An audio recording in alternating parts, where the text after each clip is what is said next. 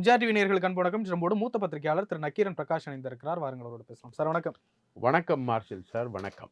Sir என்ற இரட்டை இலை சின்னத்தையும் அந்த பொதுச் செயலாளர் பதவியையும் இந்த மூல வழக்குகள் முடிகின்ற வரை எடப்பாடி பழனிசாமிக்கு தரக்கூடாது, அவருடைய பதவியை அங்கீகரிக்க கூடாது அப்படின்னு சொல்லி சூரியமூர்த்தி என்பவர் உச்சநீதிமன்றத்தில் வழக்கு தொடர்ந்தார். இது குறித்து தேர்தல் ஆணையம் விசாரணை நடத்தி 4 வாரத்துக்குள் முடிவெடுக்க வேண்டும் அப்படின்னு சொல்லியிருந்தாங்க. தேர்தல் ஆணையத்துக்கு உச்சநீதிமன்றம் போட்டிருந்தாங்க. கேசி பழனிசாமி அவர்கள், பெங்களூர் புகழேந்தி அவர்கள், ஓபிஎஸ் அவர்கள் இவங்கெல்லாம் போயிட்டு அதில் அந்த விசாரணையில் பங்கெடுத்து நிறைய சாட்சியமெல்லாம் கொடுத்துட்டு வந்தாங்க. இப்போ தேர்தல் ஆணையம் முடிவெடுக்கக்கூடாது, இந்த விசாரணையை தொடரக்கூடாது அப்படின்னு சொல்லி எடப்பாடி பழனிசாமி அவர்கள் நீதிமன்றத்தில் போய் தடை வாங்கி இருக்கிறார். தடை கொடுத்து இன்றைக்கு நீதிமன்றம் உத்தரவிட்டு இருக்கிறது. எப்படி பார்க்குறீங்க? நீங்க சொன்ன ஆட்கள்லாம் தேர்தல் கமிஷனுக்கு போனாங்க. உச்சநீதிமன்றம்ல சென்னை உயர்நீதிமன்றம் போட்ட உத்தரவு அது. அதில் வந்து ஏற்றுக்குன்னு தேர்தல் ஆணையம் நடத்தக்கூடிய விசாரணைக்கு நீங்கள் சொல்லக்கூடிய புகழேந்தி, பழனிசாமி, அதுக்கப்புறம் வழக்கு போட்டவர் எல்லாருமே போனாங்க. அதே நேரத்தில் எடப்பாடி பழனிசாமியும் போனார். தேர்தல் கமிஷனில் வந்து இப்போ பொதுக்குழு எதுக்கு கூட்டினாங்க? இதுக்காக தான் பொதுக்குழு கூட்டினாங்க. இந்த பொதுக்குழுவை கூட்டி எல்லார்கிட்டையும் கையெழுத்து வாங்கி எடப்பாடி பழனிசாமியும் தேர்தல் கமிஷனுக்கு போனார்.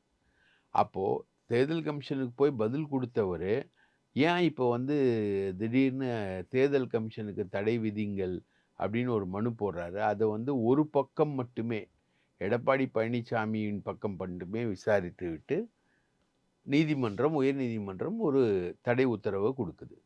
இப்போ இதை வந்து எதிர்த்தரப்பு வந்து சேலஞ்ச் பண்ணுறது. இப்போ இவரோட ப்ளீ என்ன அப்படின்னு நீங்கள் பார்த்தீங்கன்னா, இவரோட ப்ரேயர் வந்து இந்த மாதிரி அதிமுகவில் சம்மந்தமில்லாதவர்கள்லாம் வந்து பொதுச் செயலாளர் பதவியை பற்றி கேள்வி கேட்டு தேர்தல் கமிஷனுக்கு வந்து உத்தரவு போடுறாங்க. நீதிமன்றம் வந்து உத்தரவு போடுது. ஆகவே தேர்தல் கமிஷன் இது சம்பந்தமாக விசாரிக்க தடை விதிக்கணும் அப்படின்றது தான் எடப்பாடி பழனிசாமியுடைய ப்ரேயர். என்னோட கேள்வி என்னன்னா, இது வந்து ஏற்கனவே சென்னை உயர்நீதிமன்றம் போட்ட ஒரு உத்தரவு. அந்த உத்தரவின் அடிப்படையில் தான் தேர்தல் கமிஷன் வந்து விசாரிக்குது. உங்களுக்கு என்ன திடீர்னு ஒரு பயம்? நீங்க அதுக்கு ஏன் ஸ்டே கேட்குறீங்க? அப்படின்றதான் ஒரு மிகப்பெரிய கேள்வி. இப்போ ஸ்டே கொடுத்துட்டாங்க. இந்த ஸ்டே வந்து நிற்காது. இப்போ நாளைக்கு காலையில் புகழேந்தி மற்றவங்க எல்லாரும் ஒன்றா சேர்ந்து சென்னை உயர்நீதிமன்றத்தை அணுகுறாங்க. அணுகி இந்த ஸ்டே வந்து செல்லாது. ஏற்கனவே ஒரு உத்தரவு வந்து சென்னை உயர்நீதிமன்றம் பிறப்பிச்சிருக்குது. அதன்படி தேர்தல் கமிஷன் வந்து செயல்பட்டுக்கிட்டு இருக்கு. அந்த நிலையில் திடீர்னு ஏன் இந்த உத்தரவை நீங்கள் போடுறீங்க? ஏன் இந்த உத்தரவை போடணும்னு சொல்லிட்டு எடப்பாடி பழனிசாமி வராரு அப்படின்னா, எடப்பாடி பழனிசாமிக்கு மரண பயம். எல்லாம் அவருக்கு எதிராக திரும்புதோ? எல்லாம் அவருக்கு எதிராக திரும்புது. 3 நாளாக அவர் வந்து சட்டமன்றத்துக்கே வரல. ஆனால் ஜுரம் சொல்கிறாங்க. ஜுரம்னு சொல்கிறவர் வந்து சேலத்துக்கு ட்ராவல் பண்ணி போகிறார். ரைட்டுங்களா? அங்கே வந்து ரெய்டு வந்து ராமலிங்கம்னு அவருக்கு ரொம்ப க்ளோஸான ஒரு ஆள். அவர் வந்து கர்நாடகாவில் நம்பர் 1 கான்ட்ராக்ட். அதே மாதிரி எடப்பாடி பீரியடில் தமிழகத்துலேயும் நம்பர் 1 கான்ட்ராக்ட். அவருடைய பையனும் எடப்பாடியுடைய பையனும் ஒரே வீட்டில் பெண் எடுத்திருக்காங்க. 2 பேரும் சகலைகள். ரைட்டுங்களா? இவர் வந்து நம்பர் 1 கான்ட்ராக்டர் கர்நாடகாவில். அதாவது அவருடைய சொத்து மதிப்பு மட்டும் ஒரு 20,000 30,000 கோடி இருக்கும்.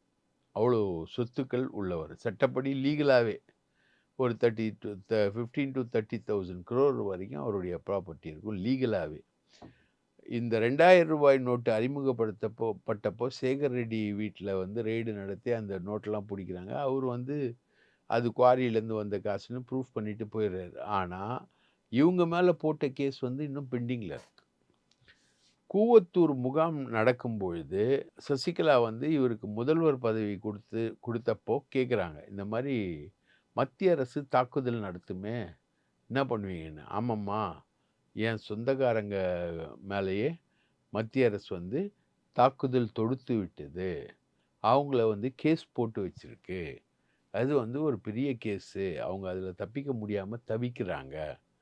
எம்எல்ஏயும் பாஜக அரசு வந்து கேஸ் போட்டிருக்கு. எனக்கு நெருக்கமானவங்க மேலேயும் கேஸ் போட்டிருக்குன்னு இவர் சொல்கிறார் சசிகலா கிட்ட.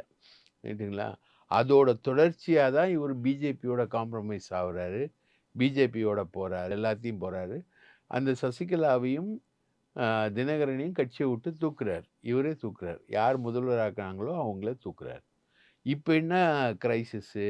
ஏன் 3 நாளா இவர் சட்டமன்றத்துக்கு வரல? அப்படின்னு பார்த்தீங்கன்னா, இவருக்கு உடல்நிலை சரியில்ல. ஜுரம் வந்துச்சு அப்படின்றாங்க. ஜுரம் வந்த ஒருத்தர் வந்து சென்னையிலேருந்து சேலம் வரைக்கும் டிராவல் பண்ணுவாரா அவரு? ரைட்டுங்களா? சென்னை டூ சேலம் வரைக்கும் அவர் போயிருக்காரு. போய் அவரோட வீட்ல உட்காந்துருக்காரு. ஏன்னா, இந்த ராமலிங்கத்தோட முக்கியமான ப்ராப்பர்ட்டீஸு, முக்கியமான வீடு இதெல்லாமே வந்து சேலம் ஈரோடு. சேலம்னா நான் இப்போ இவரோட ஊர் வந்து சிலுவம்பாளையம். ம். இது இக்கரை. கொஞ்சம் ஒரு கரை தாண்டி அந்த சைடு போனீங்கன்னா ஈரோடு. ம். ரைட்டுங்களா? இவரோட வீடும், முத்துசாமி வீடும் பக்கத்து காம்பவுண்ட் மாரி இருக்கக்கூடிய பக்கத்து ஊர் தான். இவங்க 2 பேரும். கொஞ்சம் தாண்டினீங்கன்னா ஈரோடு. ஈரோட்ல தான் நம்ம ராமலிங்கத்தோடைய எல்லா அசட்டும் பெரிய அளவுக்கு இருக்கு. அங்க நெறைய தொழிற்சாலைகள வந்து எடப்பாடியும், இவரும் சேர்ந்தே நடத்தக்கூடிய தொழிற்சாலைகளும் அங்க இருக்கு. பல தொழிற்சாலைகள்.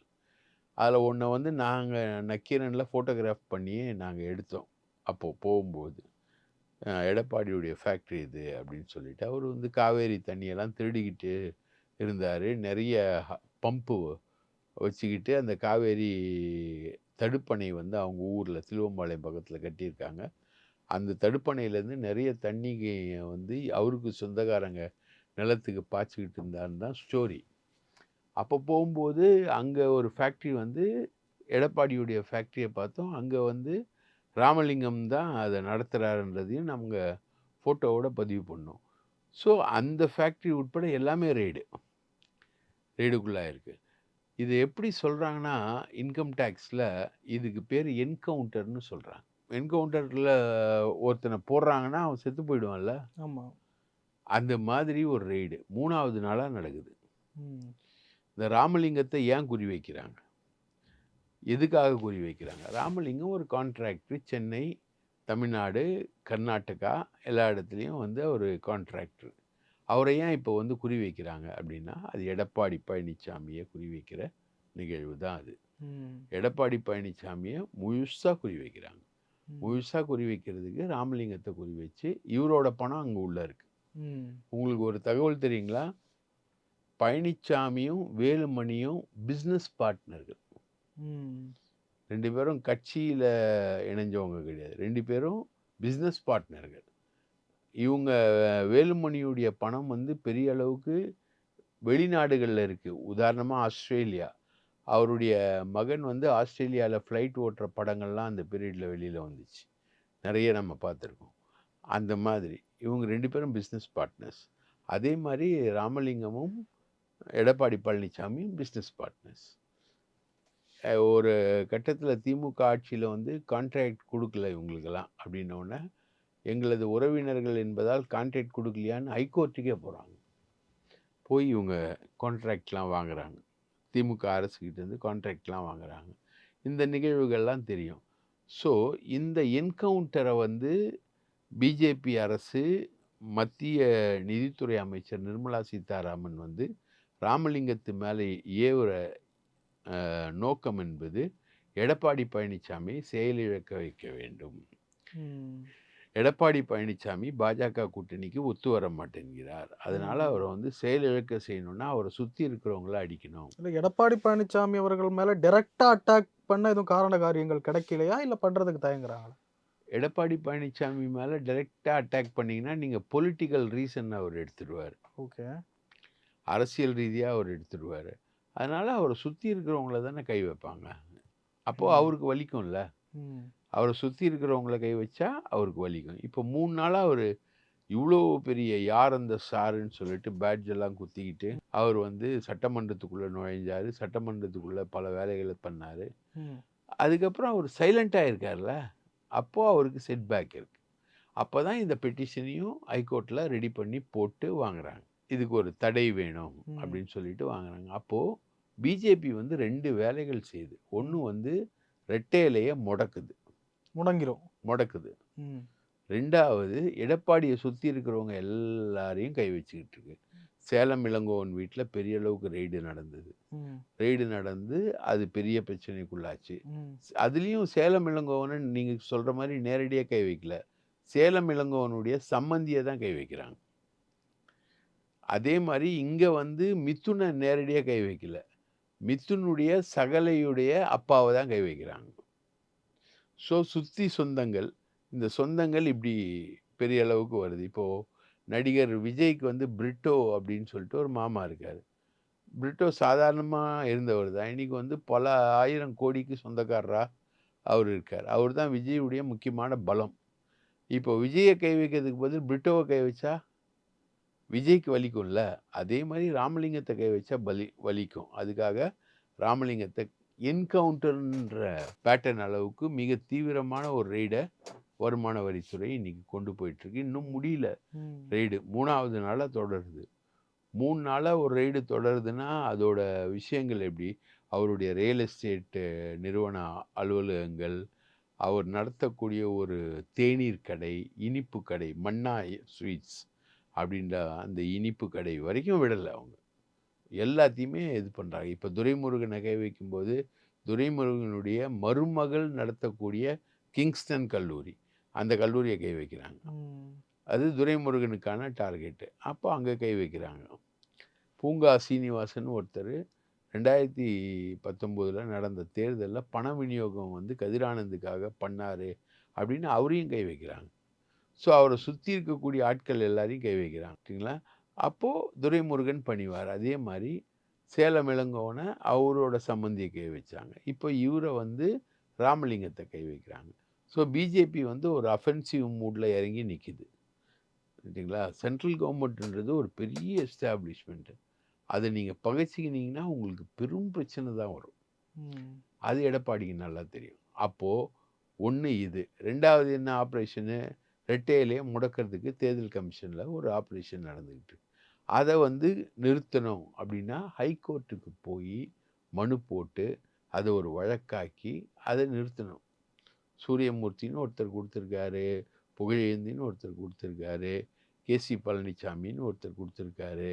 சுரேன் பழனிச்சாமின்னு ஒருத்தர் குடுத்திருக்காரு. இப்படி இவங்கள எல்லாரையும் முடக்கணும் அப்படின்றதுக்கு இந்த இந்த ஆயுதம். இப்போ இன்கம் டாக்ஸ் ரெய்ட வந்து இவங்களால தடுக்க முடியாது. இது வந்து ராமலிங்கத்தோட ஒட்டுமொத்த பிசினஸையே சாவடிச்சிடும்.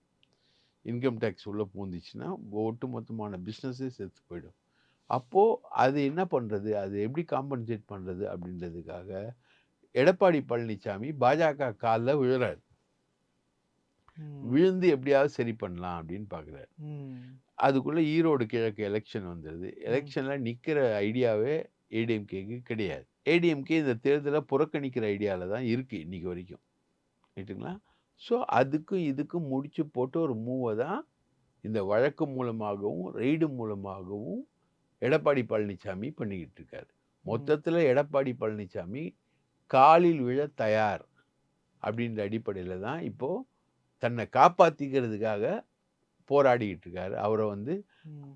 அண்ணாமலை சாட்டையில அடிச்ச மாரி ஏகப்பட்ட சாட்டைகளோட மத்திய அரசு, ஒன்றிய அரசு அடிச்சுக்கிட்டு. இப்ப காலில் விழக்கூட எடப்பாடி பழனிசாமி அவர்கள் தயார் அப்படின்னா, அவங்க என்ன எதிர்பார்க்கிறாரு?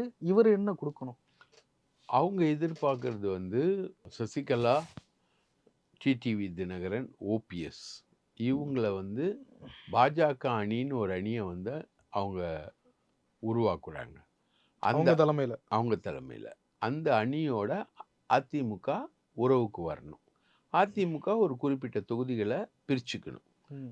அது 117, 117 கூட இருக்கலாம். ம். பாஜக அணிக்கு 117. ஏன்னா பாஜக 18% வாக்குகள் வாங்குனதா அவங்க சொல்லிக்கிறாங்க. ம். அது பிளஸ் ஓபிஎஸ் இந்த அணியெல்லாம் சேர்ந்து தானே 18% வாக்குகள் வாங்கியிருக்கு. அப்ப அதிமுக எவ்வளோ சதவீதம் வாங்கியிருக்கு? 20%. 2 பேருக்கும் எவ்வளோ வித்தியாசம்? 2% வாக்குகள் தான் வித்தியாசம். ம். நம்ம 2 பேரும் சேர்ந்து ஈக்குவலா பிரிச்சுக்கலாம் அப்படின்றது ஒரு ஃபார்முலா. ரைட்டா? எடப்பாடி பழனிசாமி என்ன எதிர்பார்க்கிறார் அப்படின்னா, நான் தான் முக்கியமான ஆளு. எனது தலைமையில் தான் கூட்டணி. அதிமுக தலைமையில் தான் தேசிய ஜனநாயக கூட்டணி. அதிமுக தான் மற்றவங்களுக்கு சீட்டு பிரித்து கொடுக்கும். அதில் வந்து பாஜகவுக்கு வந்து ஒரு 40 சீட்டு 50 சீட்டு அதுக்குள்ள அவங்க வந்து அவங்களோட ஷேராக ஓபிஎஸ்க்கு டிடிவி தினகரனுக்கு பிரித்து கொடுக்கணும். சசிகலாவுக்கு உட்பட உள்ஒதுக்கீடு. உள்ஒதுக்கீடு அவங்க பண்ணிக்கணும் அப்படின்றது தான் அவரோட கன்டென்ஷன். இந்த சீட்டு பேரம் தான் இப்போ ஏறிட்டு இருக்கு.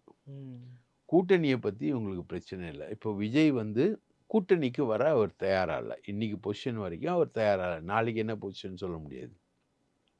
இன்னைக்கு வரைக்கும் தமிழக வெற்றி கழகம் கூட்டணிக்கு வர தயாராகவே இல்லை. ஸோ பாஜக கூட்டணிக்கு வரணும். பாஜகவுக்கு ஒரு பெரிய அளவுக்கு இடம் கொடுக்கணும். அதுக்கப்புறம் ஆட்சி அமைஞ்சுதுன்னா, போன தடவை 75 சீட்டு வந்து அதிமுக, பாமக அலையன்ஸ் இருக்கு இல்லையா, என்டிஏ எல்லாமே சேர்ந்து பிஜேபி எல்லாருமே சேர்ந்து 75 சீட்டு ஜெயிச்சாங்க. சப்போஸ் அதில் வந்து 50 சீட்டுகள் தோத்தாங்க. 50 சீட்டுகள் யாரால தோத்தாங்கன்னா டிடிவி தினகரனால தோத்தாங்க. 75 50 எவ்வளோ? 125. 125னா எவ்வளோ? 117 போதுமா ஆட்சி அமைக்கிறதுக்கு? ஆட்சி ஏடிஎம்கே கையில் வந்துட்டுருக்கும் 234ல், ரைட்டுங்களா? திமுக 110 இருந்திருக்கும். அதிமுக டிடிவி தினகரன் கூட்டணி வந்து 125 சீட்டுக்கு வந்திருக்கும். திமுக 110 சீட்டோட நின்று இருக்குல்ல, 109 சீட்டோட நின்று இருக்கும். பழைய முடிவுக்கு போயிருக்கும், ரைட்டுங்களா? ஆனால் அதை வரவிடாமல் தடுத்தது யார்? எடப்பாடி பழனிசாமி.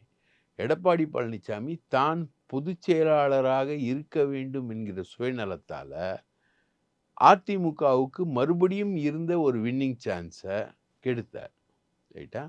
அந்த மாதிரி இந்த முறை போன முறையே கெடுக்கக்கூடாது அப்படின்னு தான் அமித்ஷா கூப்பிட்டு உட்கார வச்சு பேசினார். ஒரு லீலா பேலஸ் ஹோட்டலில் நடந்த பேச்சுவார்த்தையில் எச்சரித்தார். யாரை? எடப்பாடியை. எப்பா நீ இது மாதிரிலாம் பண்ணாத, உனக்கு வந்து நல்லா இல்லை ஓட்டு. இவர் என்ன பண்ணுறாரு? இவர் அந்த 10.5% இடஒதுக்கீடை வந்து பாமகவுக்கு நிறைவேற்றி கொடுத்ததுனால அது இன்னைக்கு வரைக்கும் சட்டப்படி செல்லலை. அவர் அதை வச்சு போக இவங்க என்ன பண்ணிட்டாங்க? டிடிவி தினகரன் மற்றவங்க எல்லாருமே வந்து அந்த 10.5% இடஒதுக்கீடுக்கு எதிராக இருக்கக்கூடிய முக்குலத்தோல், பிரமலை கள்ளர் உட்பட சாதிகளை அணி திரட்டி அவங்க போயிட்டாங்க. ஸோ இதுக்கும் அதுக்கும் சண்டை வரும்பொழுது அது 50 தொகுதிகளில் அது ஜெயிக்குது, இவங்க 75 தொகுதிகளில் ஜெயிக்கிறாங்க. அப்போ முடிவு கிட்டத்தட்ட 50-50 போகுது. அப்போது இந்த முறை எங்களுக்கு 50 கொடு, ரைட்டா? நீங்கள் யார் முதல்வர் அப்படின்றத வந்து அதுக்கப்புறம் தீர்மானிச்சுக்கலாம். நீ தான் முதல்வர் கேண்டிடேட்டுன்னு சொல்லிட்டு வராத. முதல்வர்ன்றதை அப்புறம் தீர்மானிச்சுக்கலாம். யார் முதல்வர் அப்படின்றத வந்து எவ்வளோ நம்ம ஜெயிக்கிறோமோ அதுக்கேற்ப நம்ம தீர்மானிச்சுக்கலாம் அப்படின்றதான் இப்போ இருக்கிற ஃபார்முலா. எடப்பாடி பழனிசாமி இவங்கள வந்து நான் கட்சியில் சேர்க்க மாட்டேன்னு சொல்கிறாரு. அப்போ நீ கட்சியில் சேர்க்காத, நாங்கள் இவங்கள கூட்டணியில் சேர்த்துக்கிட்டு வரோம். கூட்டணியில் சேர்த்துக்கிட்டு வந்து அதிமுக வெற்றி பெறுவதற்கான ஒரு ஃபார்முலாவோட நாங்கள் வரோம். நீ அதுக்கு ஒத்துழை, ரைட்டுங்களா? இதுக்கு 2 பேர் முரண்டு பிடிக்கிறாங்க, முடியாதுன்னு. ஒன்று அண்ணாமலை, அவருக்கு தான் அந்த ரெய்டு ஃபுல்லாக.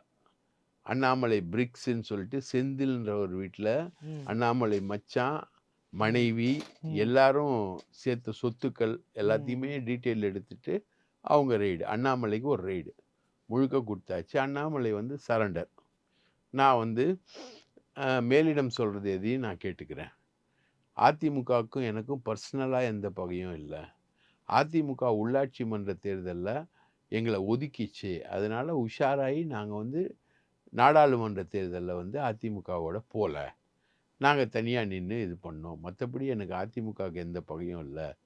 நான் பேசினதெல்லாம் பேசின விஷயங்கள் தான். இருமொழி கொள்கைக்கு எதிராக பேசினது, ஜெயலலிதாவை ஊழல்வாதின்னு திட்டினது, அதெல்லாம் ஒரு பேச்சில் வரக்கூடிய ஒரு விஷயம். இப்போ சீமான் திட்டலையா பெரியாரை? இஷ்டத்துக்கு பேசுகிறாரு. அவர் வந்து அவருக்கு ஏதோ ஒரு சிக்னல் வந்து பிஜேபிகிலேருந்து வந்து தான் அவர் பேசுகிறாரு. பிஜேபியா மாறி தான் பேசுறாரு. பெரியாரை எதிர்க்கிறவங்க 2 பேரு. ஒண்ணு பிஜேபி, இன்னொன்னு இப்ப சீமான். ம். இப்போ சீமானும் பிஜேபியும் ஒண்ணு. அறியும் சிவனும் ஒண்ணு, அறியாதவன் வாயில மண்ணு. அப்படின்ற மாரி சீமானும் பிஜேபியும் ஒண்ணு. பிஜேபியுடைய இன்னொரு முகமா தான் சீமான் நிக்கிறாரு. ம். கருப்பு சட்டை போட்டுக்கிட்டு இருந்த சீமான் இப்ப குங்குமம் பொட்டு, விபூதியெல்லாம் வச்சுக்கிட்டு பேசிக்கிட்டு இருக்காரு. எனது ம மதம் மாலியம்னு. அந்த மாதிரி நான் பேசின பேச்சுக்கள்ல ஒண்ணு. அது பத்தி இப்போ இஷ்யூ கிடையாது. ஸோ அண்ணாமலை எதிர்க்கக்கூடியத ரெய்டு நடத்தி அண்ணாமலைய சரி கட்டியாச்சு. இப்போ எடப்பாடிக்கு ரெய்டு நடத்தி ராமலிங்கத்தை கழுத்தை பிடிச்சாச்சு. இப்போ ஒத்துக்கணும். இப்போ இந்த ஃபார்முலாக்கு நீங்க அடுத்த ஸ்டேஜ் ஆஃப் டெவலப்மெண்ட் வந்து இந்த ஃபார்முலாவை நீங்க ஒத்துக்கணும். அப்போ அதுக்கு நடுவுல நீ ஒத்துக்கலைன்னா என்ன ஆகும்? ரெட்டை இலை முடக்கப்படும்.